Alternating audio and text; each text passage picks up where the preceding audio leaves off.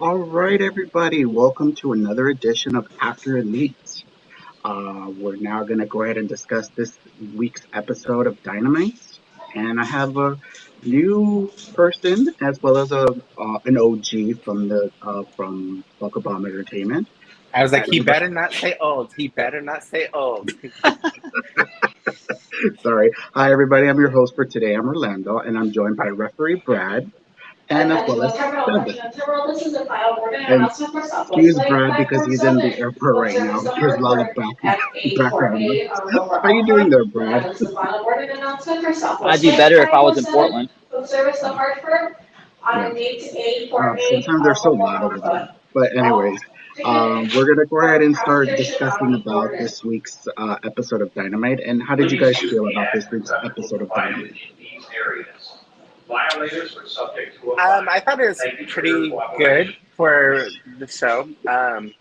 When I first saw the card, I was like, we'll see what it is. But it was a really good show.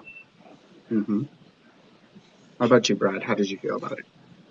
Being that I only got to watch the Wardlow match, I was pretty stoked for that because he's probably one of my favorites in AEW right now with his story. So him winning the title is like phenomenal. It's super cool. Yeah. I was really happy for him. I hope he gets the belt for a while. Yeah. I'm actually more excited to see what the belt's going to look like now that he has it. Mm-hmm. Yeah. And of course, we can't forget about RU Elite's own Gary. What's up, Gary? Very, very well. How are all of you? We're very good. We're just talking about how did you feel about this week's episode of Dynamite? Started with me being jealous of Sarah because she had to enjoy the moment for Wardlow. Yes. For what Gary's saying, our very own Sarah is at Dynamite right now. Well, a AEW show. They're right now taping Rampage, so we're kind of a little jelly of her. So. Yeah, I like how the show opened as well.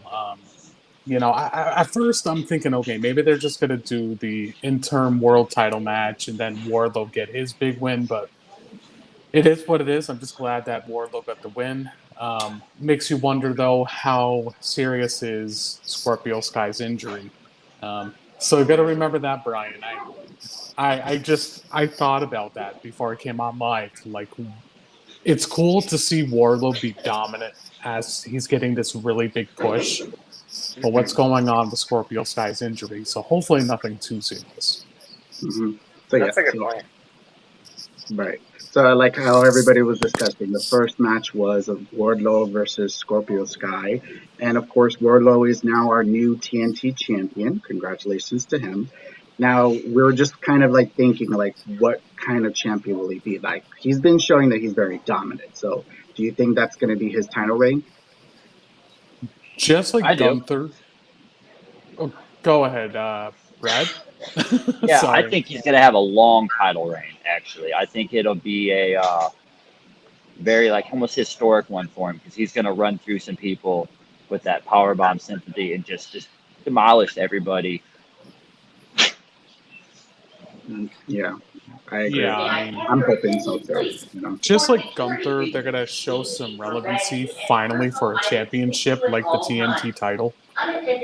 So this is a win-win in my opinion. And what do you think, Brian? I cold-heartedly agree. I'm excited to see Wardlow just dominate. I really like how he's just plowing through the men over there. Mm-hmm.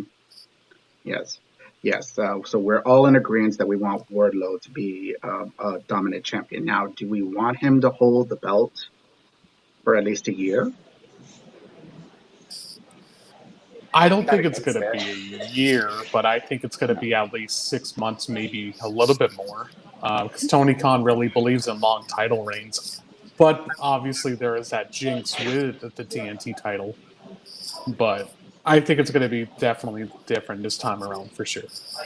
Yeah. What Gary's saying, there is a jinx where it's the 9th defense, I think it is.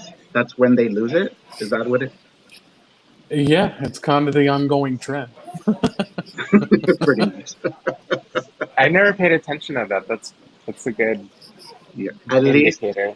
At least most of like the most dominant reigns, like from the TNT Championship, they had at least 8 to 9 reign, like 8 to 9 defenses.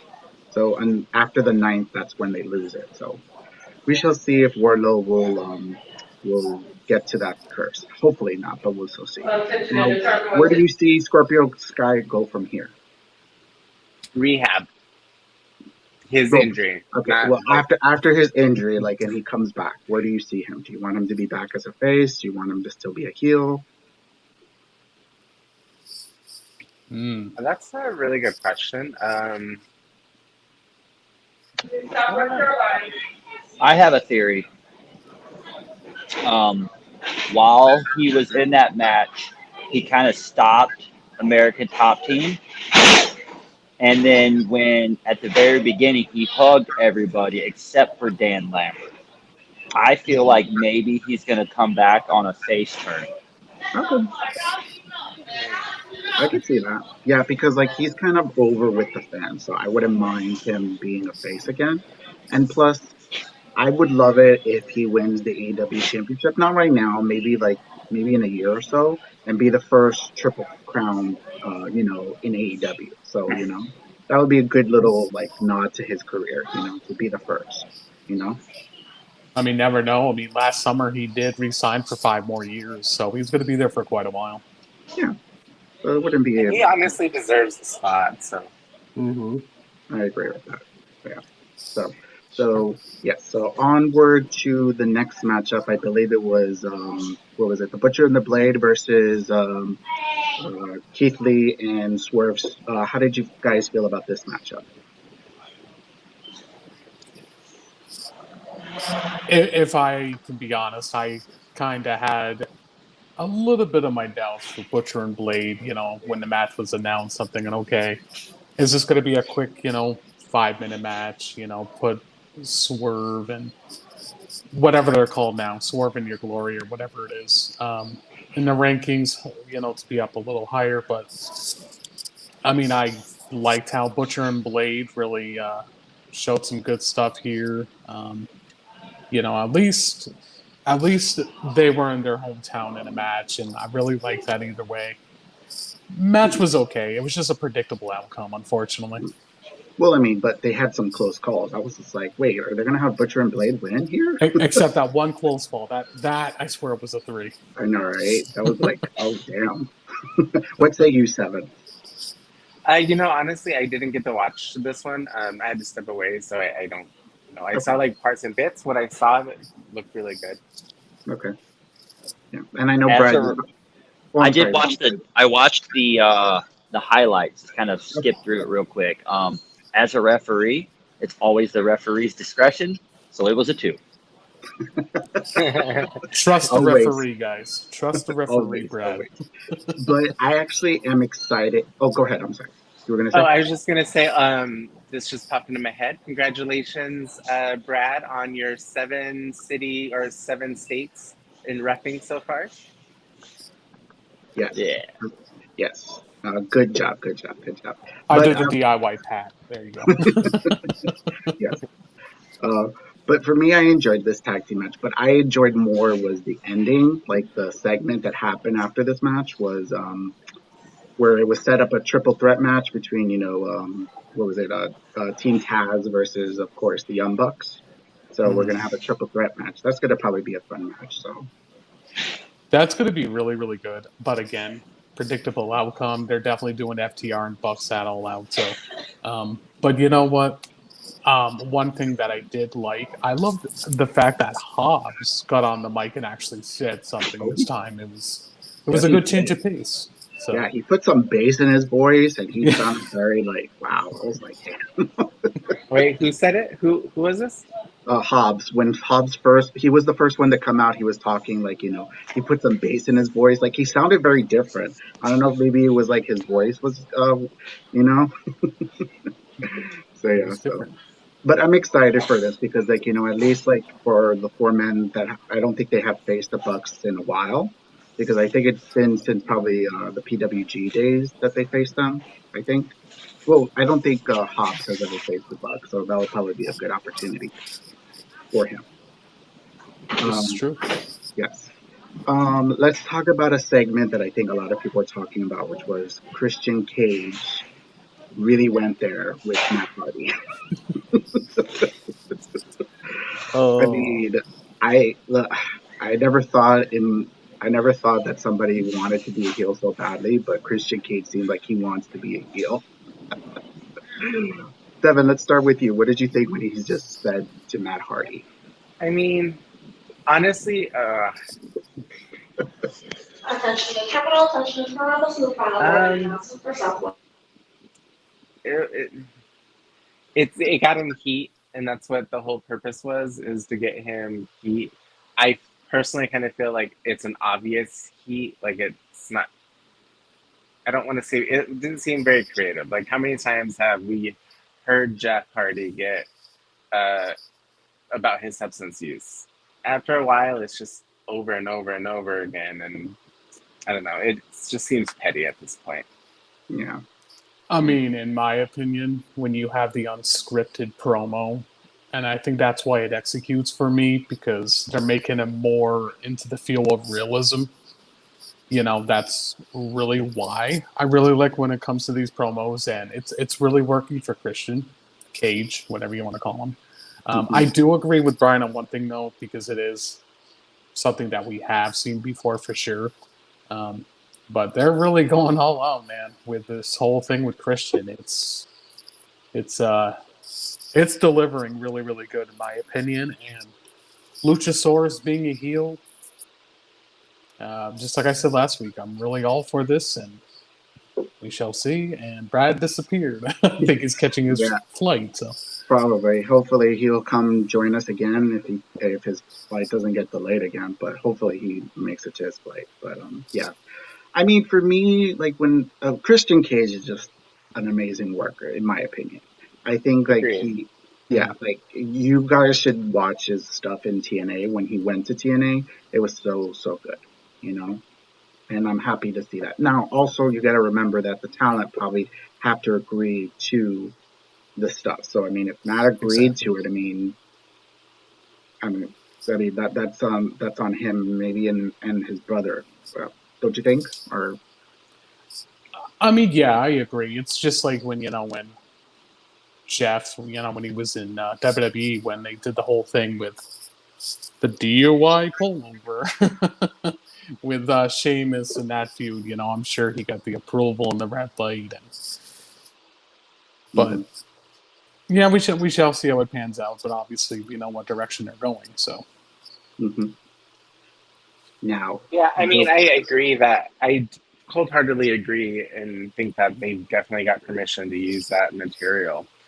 The only thing is, it's still in poor taste.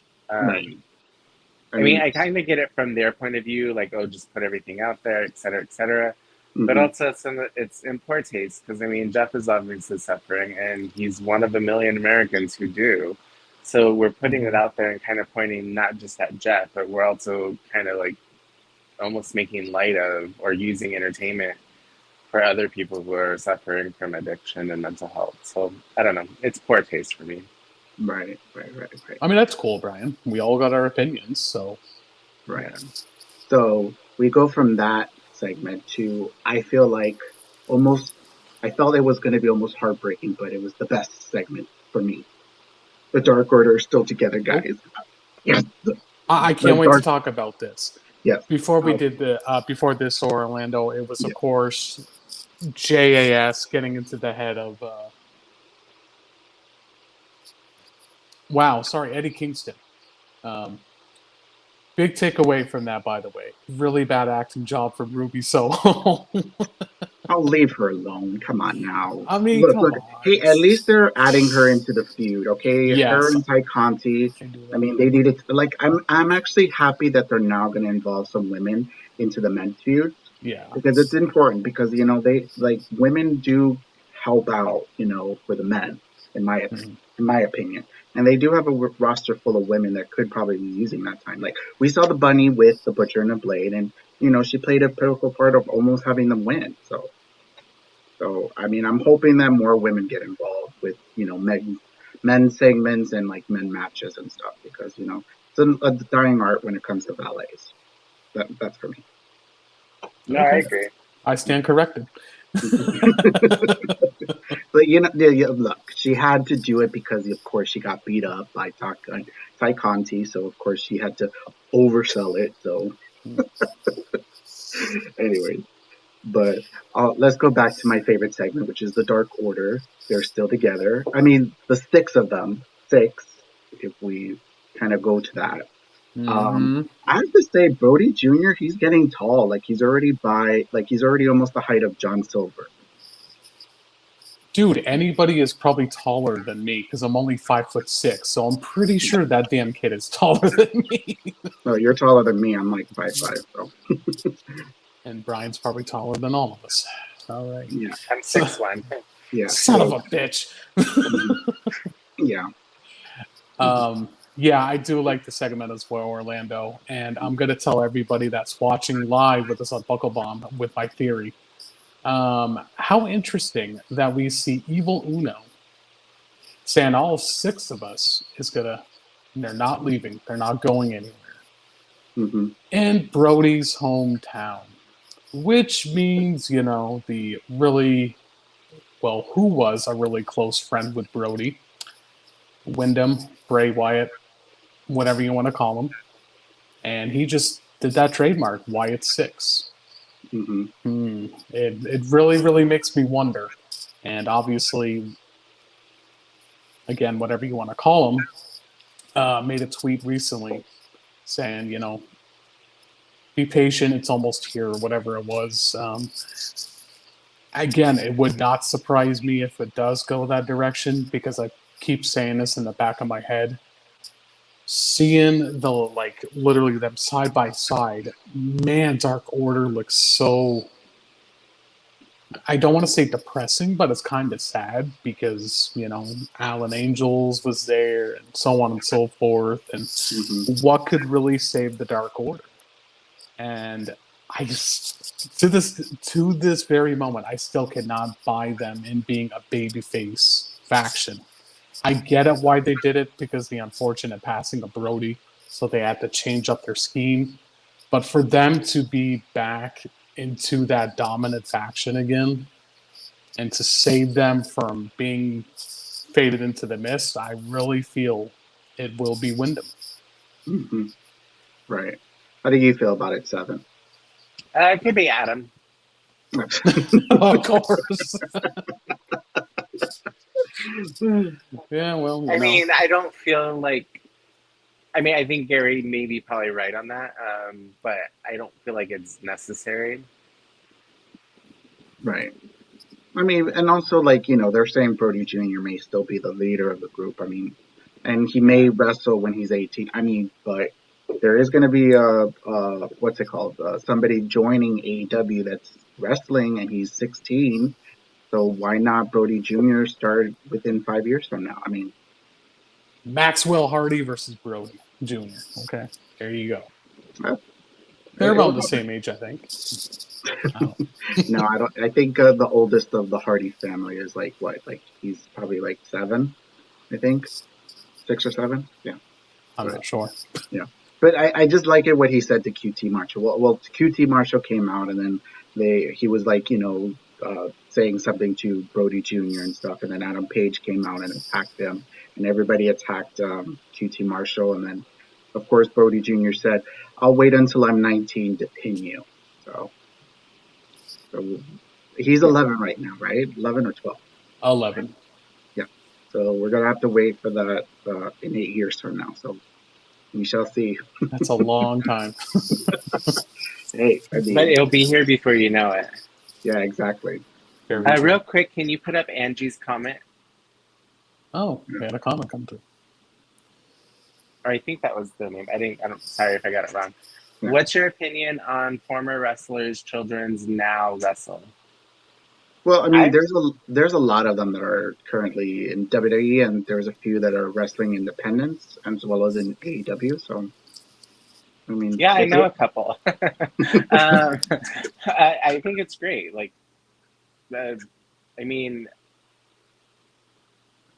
Well, I'm trying to think of like any of the negative, like how it could be spin. But I mean, for the most part, people get hired based on their work ethic. Do some people get a push or at least given a chance first? Probably, but that's Hmm. normal in any type Yeah. of build or field or business. But I Hmm. definitely think that I mean you get to stay and you end up being a star because of your ability and what you're capable of doing rather than your namesake. Right. I mean, Cody Rhodes said it like in a lot of interviews. Like his father helped him to get to WWE. You know, he said that he'll give him the footsteps, but not like the direction. Like in a sense, you get Yep. what I'm saying? Hmm. So like he saw like his path, and then WWE didn't believe him as a main eventer, so he left. He went ahead and like did a lot of stuff in the Indies, and he came back, and now he's a big star. So He it could made happen.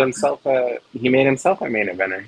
Right, exactly. I mean, and Brody Jr., like they're saying like he's going to be a wrestler. He wants to probably be a wrestler. I mean, he could change his mind if he wants to. I mean, he is still a kid. So I mean, if he still wants to be in this business, he could. I mean, there's still time. Like he's still young. So, you I know. mean, to piggyback off of what you guys were saying, like, if I can be quite frank, like, I really thought, okay, Braun Breaker, I don't know if it's going to work because, he was doing security things with the black and gold brand of NXT. I had my doubts, and he is easily one of my big favorites that I love in NXT right now because, like Brian said, his work ethic has been great. Yeah. He's getting better on the mic, he's getting good in the ring. So good, very good for Braun Breaker. Hmm. Yes. So speaking of wrestlers' children that are now wrestlers, we go to the 8-man tag, which is of course Billy Gunn's kids, the Ass Boys, and the Acclaim. Anthony Bowens is back in wrestling. So how did Yeah. you guys feel about this matchup? We'll go with you, Seven. How did you feel about this? Okay, honestly, I just love the Ass Boys and the Acclaim. Like they're just a funny tag team. But one thing I am getting a little worried about is that they're turning into more of just like a comedy stick act instead of like an actual tag team. A little bit, but that just could be where I feel like they're going. I liked it. Like it was a good show. Like I love that daddy ass. You know, Daddy went with ass, I his love that. kids. Yeah, daddy ass. Hmm. Yeah. I said this last week. Like I knew that Billy Gunn was not gonna, you know, join up with the Acclaimed. It would not make sense. I'm excited for this. I really, really am. Like I'm so glad the Acclaimed most likely right now is a babyface team. They were so over tonight, like they have been for weeks. Yes. So very, very happy for Bowens and Caster.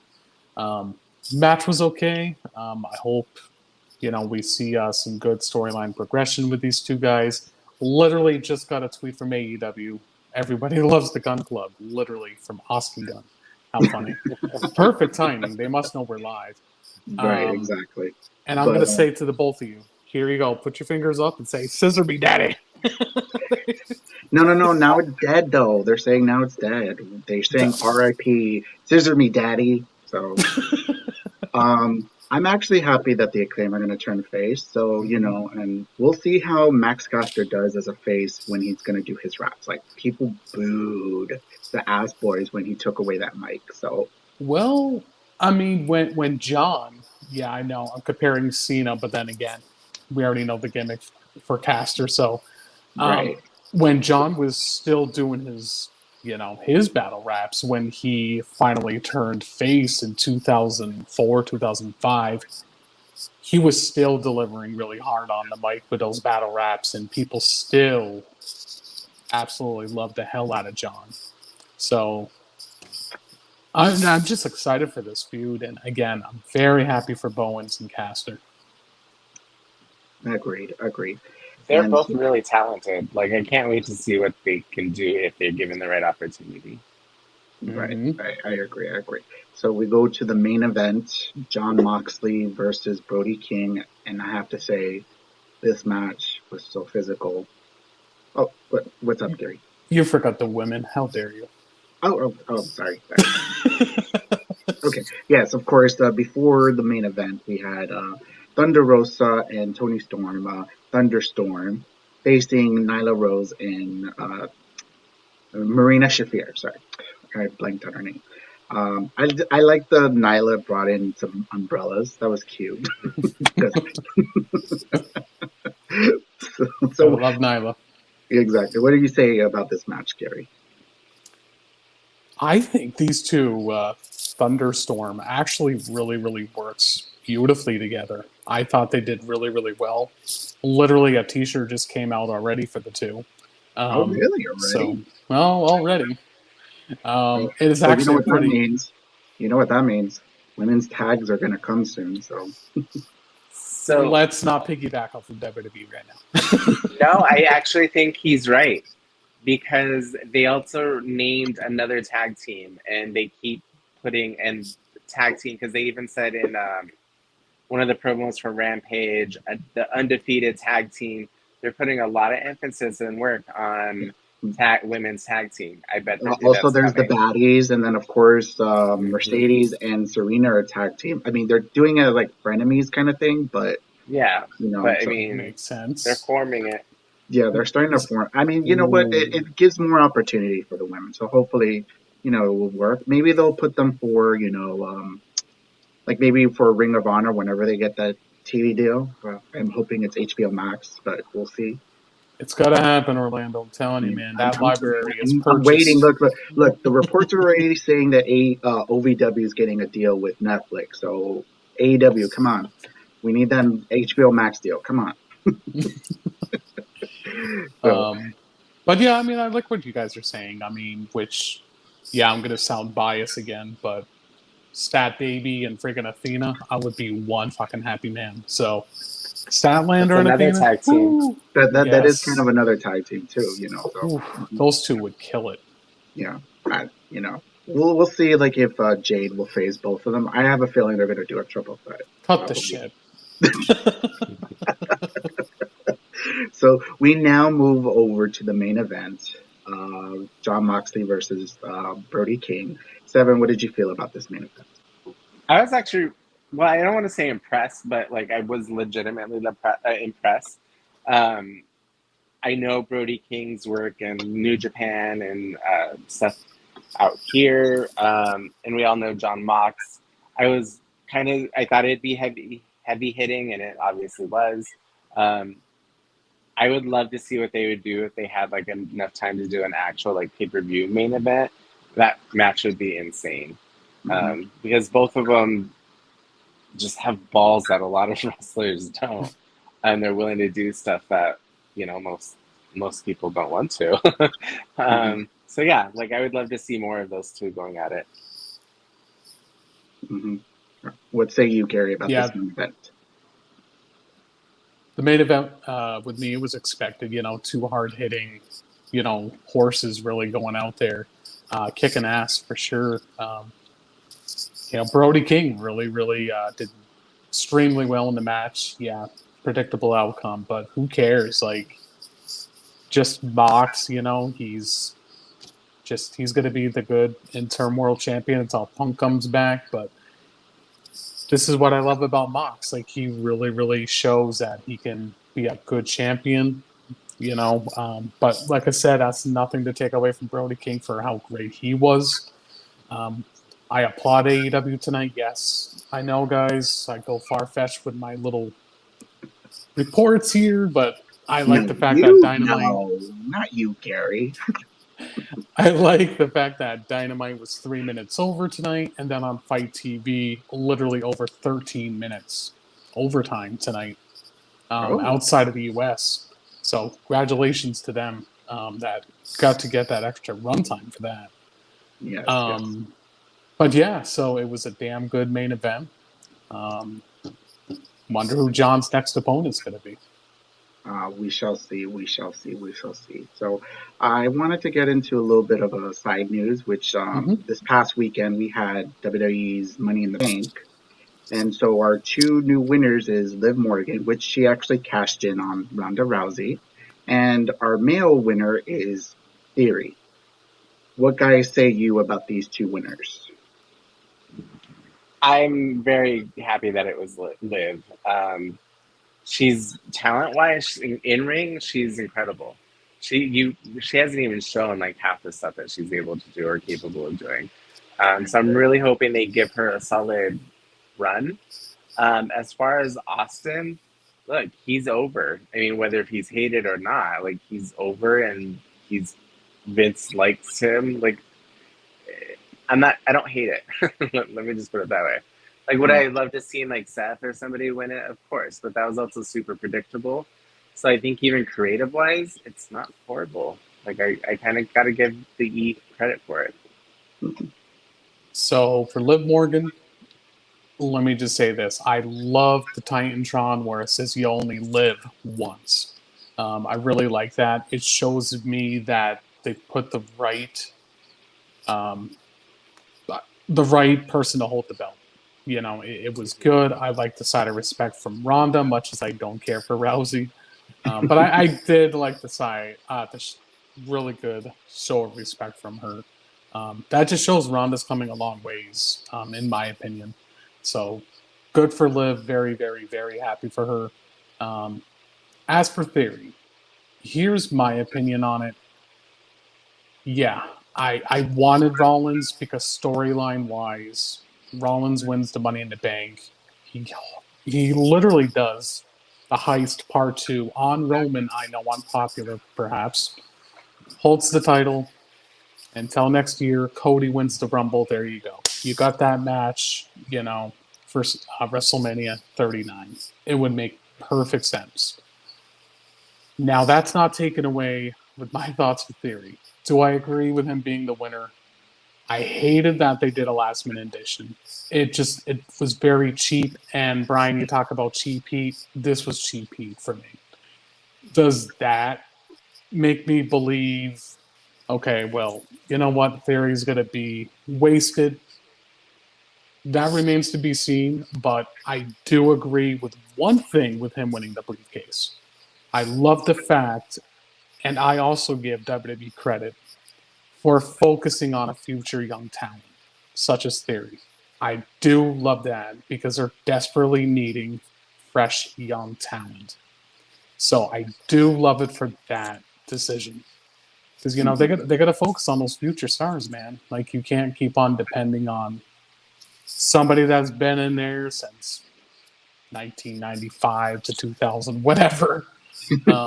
So very, very happy for that sense. But hey, this is Vince's golden boy right now, which that could be a good thing because honestly, Vince does create good stars. I mean, he did something good with The Undertaker when he created him. Perfect example right there. So we shall see what happens. Okay. Yeah. Anyway, that was too much. I'm sorry. No, it's okay. It's okay. It's okay. For me, I agree with you guys about Liv Morgan. Like, I feel like she was overly overdue. Honestly, I think she could have won like maybe last year, and it would have been fine. My only gripe is that again, another woman doesn't hold the briefcase longer than 24 hours. I mean, but I'm happy that she got that moment. I mean, it would have been nice if maybe she would have done it maybe at SummerSlam. I mean, if they wanted to do that, you know. Um, but you know what? It was good for Liv Morgan to win. I'm hoping they give her at least a good lengthy run. I honestly don't want Charlotte there. I actually think Charlotte is maybe needed more in Raw because at least like Bianca wants to face Charlotte. But I mean, if they do Charlotte versus Liv, I mean, it makes sense because there is a story there. So because when Liv was doing her first type of like solo run, like she crossed paths with Charlotte, and then that's where she changed her look and stuff. So we'll see if that goes. And she has other talent that she could face, like she worked most of the match on last week's SmackDown with some of the girls there. Like Lacey, Raquel, and Shotzi. I mean, I would have loved any one of those girls to face Liv Morgan, and they'll probably have a good match together. So. As far as for Theory, I agree with you, Gary. I think they're trying to lean on young talent. I mean, look at NXT 2.0. There's like after the Great American Bash, like they have new women's tag champs with Raquel Perez and Cora Jade, which they're under the age of 21. I like So that. So I'm thinking like they're ready to start using the younger talent, and there's some of them that are learning it very quickly. Like Tiffany Stratton, you can easily put her on the main roster, in my opinion. She already got it. She has the look. She has the character down. You know, I mean, like like when she goes into the road and does the live events, I think she'll perfect a lot of more stuff. It's That's Vince what happened. McMahon's blonde Barbie dolls, okay? I mean, he likes his blondes. I mean, come Right, on. but that's still a demographic for people. So Yeah, yeah. I know. I mean, and look, we also have Braun Breaker and Carmelo Hayes, which I feel like they're going to be two main eventers coming. And then if Theory is going to be like the golden child, those two will probably be the ones that will face Theory probably in the next year or two. So Hmm. so I see like a little bit of hope when it comes to like the young talent. So I mean, I thought like with the addition, I thought it was going to be like Cody Rhodes, and then he'll just climb up the ladder with a broken arm and just grab the briefcase and just hold it on for a while. So, and also this opens like a story like, do we want him to win and then he'll face Cena and then Cena gets his 17th championship? Do we see him losing it? Do we see him maybe cashing in on somebody else and then they'll have a rivalry with somebody else? I mean, there's some possibilities there with that. So, I mean, You I never know where it's going to go. exactly. Well, this one is unpredictable, which I like. So I like the fact that this, oh like, even though we yes. don't like it, but it's a little bit unpredictable. So, I mean, I've been saying this since he won the 16th world title. I would love to see John surpass Ric Flair. And I know probably a lot of people's gonna hate that, but you know what? Maybe because I'm being biased and I've loved John since the very beginning. So for I'm not me, a big Flair fan. That's why. I think he maybe deserves an Intercontinental Championship win because, like, he never held that belt. Really? So Cool. John Cena, he Are you never had sure? that. Because he never been a Grand Slam champion. So I would have loved Oh, that for him. I I mean, he thought he could. did. I think he could. I mean, if he wants to face Walter, I mean, that would be a banger of a match. So we shall see. But anyways, I think this will wraps up our After Elite show. I would like to thank Seven and Gary for joining me for talking about AEW and as well as other things. Um, but until next time, everybody, we'll see you later on. Thank you, everybody, for joining I'll us. be damned. He is right. He has not won the Intercontinental Champion. We have to do trivia sometime. Like make that a special for Buckle Bomb. Like If, if, yeah. Orlando would kick ass in it. If you guys want us to do a trivia, please let us know in the comments. Please follow and subscribe. Tell your friends. Go ahead and follow us on Spotify, YouTube, Twitter. Tell us all. Thank you guys and have a nice night.